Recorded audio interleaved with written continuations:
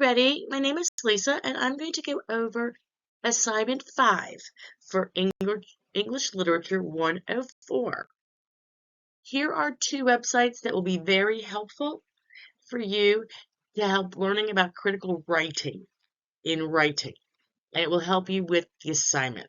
Purdue Owl is the first one. It is an absolute fabulous website.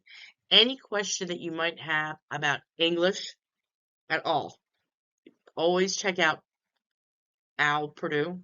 It is a great website. For assignment 5, you are to choose a short story, a play, or a poem. And relying on your own analysis and literary critics you find, draw upon those earlier examples of literature criticism, and that you're using Appendix A of your text for this to help you identify possible bias, whether it's going to be political, gender-based, racial, whatever it might be. You are going to demonstrate how the author reveals this bias or ideological predisposition in their writing, in whichever it is you pick, the short story, the poem, or the play to explore. You are then going to explore literary criticism that either supports or refutes the view that bias does in fact exist or suggests another inherent meaning. You're going to provide a cognitive, logically reasoned thesis you can support with evidence through the informed discussion. Remember, your thesis statement is going to list the points that you're going to make and the conclusion. So you have to have all of that information in your discussion. So literature criticism. The history of literary criticism dates back to Plato and Aristotle. Both philosophers expressed groundbreaking opinions about literature, specifically on the issues of the mimesis, imitation, and representation, and emphasizing on instructional and informative qualities in literature and other types of art. Okay, so the literature mimesis asks the question, does literature imitate life, or does life imitate literature? Didacticism in literature asks the question, how does the text lend itself as an instructional or moral guide to life? So the first thing you're going to do is pick a play, a poem, or a short story. Pick one that interests you. That makes this assignment more fun. Find a critique from when this item was written. What did the critic think? Was it good? Was it bad? Did it offer new ideas? Was the theme or plot accepted at that time? Was it outrageous? So here's an example. The play Hair.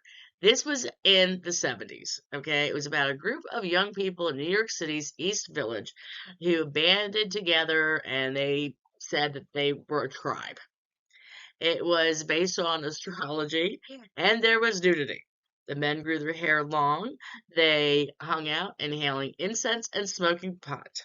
The early critics thought that this play was outrageous. It was way off the top, totally unacceptable.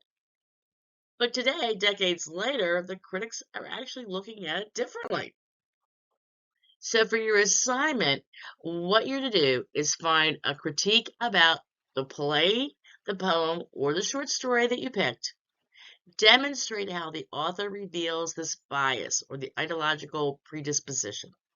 Then explore for literary criticism that either supports or refutes the idea that that bias does, in fact, or suggests another inherent meaning. You're going to find a cognitive, logical, reasoned thesis that you can support with evidence. Critiquing, okay? It is imperative to understand what a critique paper really is. When your teacher asks you to write a critique, they are asking you to analyze and to evaluate. You're not just summarizing, okay? You're really looking at this writing. The critique is an essay or an article that criticizes literary or other works. Make sure that you are completely familiar, okay, with the piece that you are critiquing before you even critique it. You want to make sure that you completely understand it and you know what's going on in it. Because a critique answers a few questions of how, why, and how well.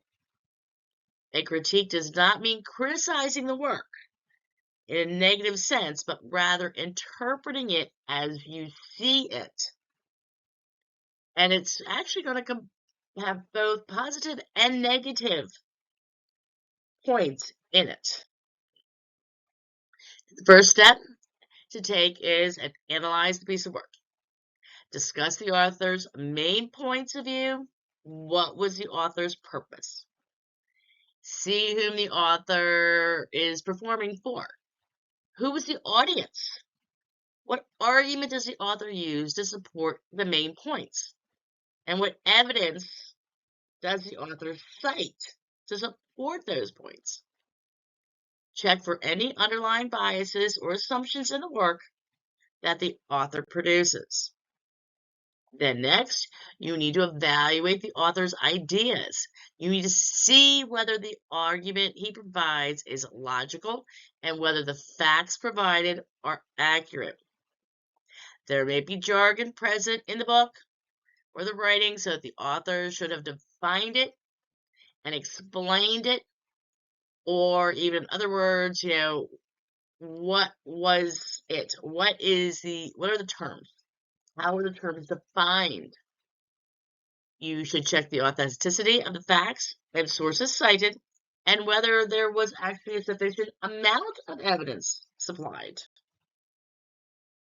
Then lastly, you need to plan and write your critique. You should do this standard essay form. First paragraph, you need to introduce your topic, state your thesis, make a plot summary, and give your readers a clue of what they're about to expect. What are they reading? An introduction also includes the background of the piece of work that you are going to critique.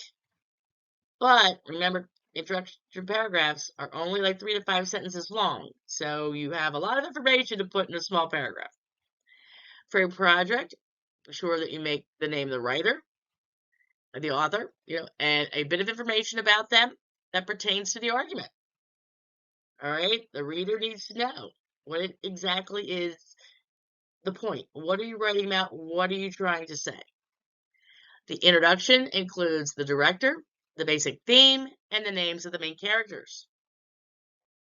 In the second part of the critique, okay, you have to have the introduction of the characters and the setting.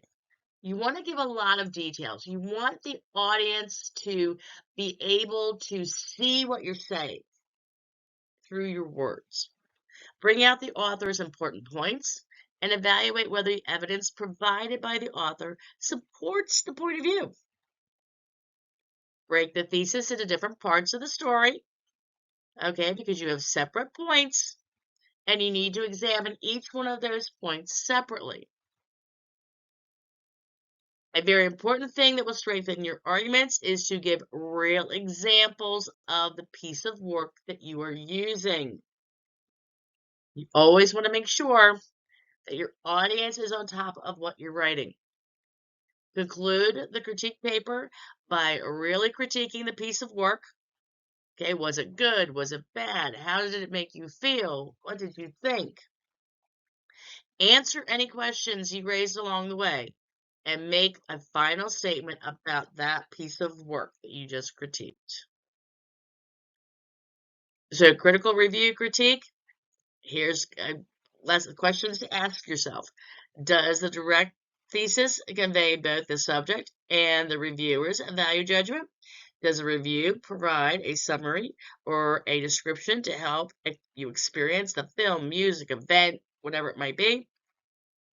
Note places where the author provides too much or too little detail. Does the essay clearly identify relevant criteria for the evaluation? Are they appropriate, believable, even consistent? Are any important features of the review subject omitted? Okay, are the logos, the logic, and the content?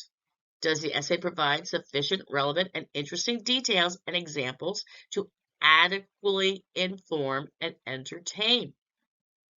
The ethos, the author. Does the author's judgment seem sound and convincing? The pathos, which are the emotional appeals. Does the author responsibly and effectively use emotions? Did it appeal to the audience?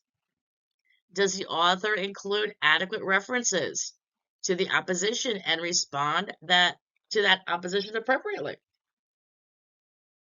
Okay, so in the textbook, page 35, okay, we have our conventions of writing. I know I've already told you about this. So make it short and sweet. Make sure you use a present tense verbs when you're discussing works of literature, such as the character of Mrs. Mallard's husband is not developed. You will use past tense verbs only when discussing historical events. Avoid unnecessary plot summaries. Okay, your goal is to draw a conclusion about one or more works to support that conclusion with pertinent details. If a plot detail supports a point you wish to make, a brief summary is acceptable. And finally, on page 33 and 34 of the textbook, always remember, meet the word count requirement of 500 words. Be sure to always use quotation marks for direct quotes. Make sure that you supply in-text citations for any quotes, any information that you may paraphrase or you have summarized from any source of information. Those in-text citations and then your references at the end on a works cited page must be in MLA format. I'm looking forward to seeing which plays, stories, or poems you pick.